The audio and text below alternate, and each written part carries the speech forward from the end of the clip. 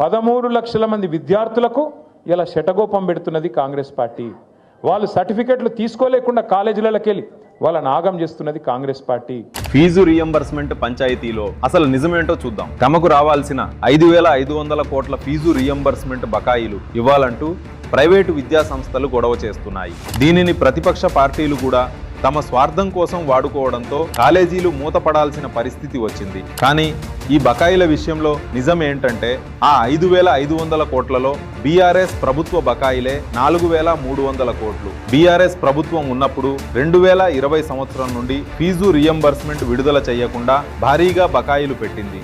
కాంగ్రెస్ ప్రభుత్వం వచ్చాక 1,200 కోట్లు బకాయిలు అయితే వాటిలో 900 కోట్లు ప్రభుత్వం ఎప్పుడో విడుదల చేసింది. పిల్లలకు ఇబ్బంది కలగొద్దని బీఆర్ఎస్ ప్రభుత్వం పెట్టిన బకాయిల్లో ఇప్పుడు 600 కోట్లు, దీపావళిలోపు మరో 600 కోట్లు చెల్లిస్తోంది ప్రజాప్రభుత్వం.